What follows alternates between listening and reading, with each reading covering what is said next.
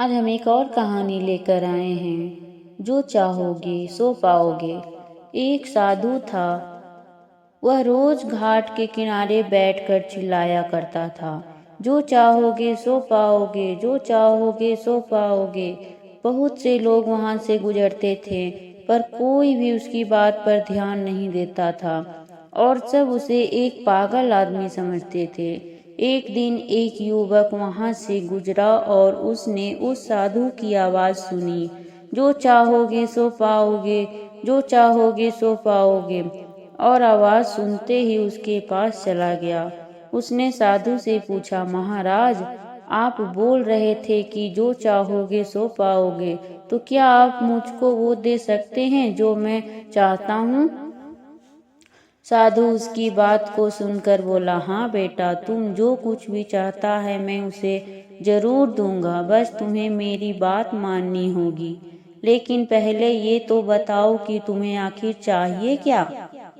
युवक बोला, मेरी एक ही ख्वाहिश है, मैं हीरो का बहुत बड़ा व्यापारी बनना चाहता हूँ। साधु बोला, कोई बात नहीं, मैं तुम्हें एक हीरा और एक मोती देता हूँ। उससे तुम जितने भी हीरे मोती बनाना चाहोगे बना पाओगे। और ऐसा कहते हुए साधु ने अपना हाथ आदमी की हथेली पर रखते हुए कहा, पुत्र, मैं तुम्हें दुनिया का सबसे अनमोल हीरा दे रहा हूँ। लोग इसे समय कहते हैं। इसे तेजी से अपनी मुट्ठी में पकड़ लो और इसे कभी मत गंवाना। तुम इससे जितने चाहो उतने हीरे बना सकते हो। युवक अभी कुछ सोच ही रहा था कि साधु उसका दूसरी हथेली पकड़ते हुए बोला, पुत्र, इसे पकड़ो, यह दुनिया का सबसे कीमती मोती है। लोग इसे धैर्य कहते हैं। जब कभी समय देने के बावजूद परिणाम ना मिले तो इस कीमती मोती को धारण कर लेना। याद रखना, जिसके पास यह मोती है वह दुनिया में कुछ भी प्राप्त कर सकता है। युवक गंभीरता से साधु की बातों पर विचार करता है और निश्चय करता है कि आज से वह कभी अपना समय बर्बाद नहीं करेगा और हमेशा धैर्य से काम लेगा।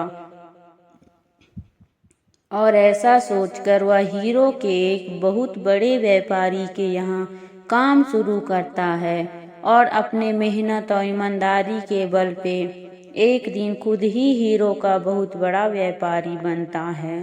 फ्रेंड्स, समय और धैर्य वह दो हीरे मोती हैं जिनके बल पर हम बड़े से बड़ा लक्ष्य प्राप्त कर सकते हैं। अतः जरूरी है कि हम अपने कीमती समय को बर्बाद ना करें और अपनी मंजिल तक पहुंचने के लिए धैर्य से काम लें। धन्यवाद।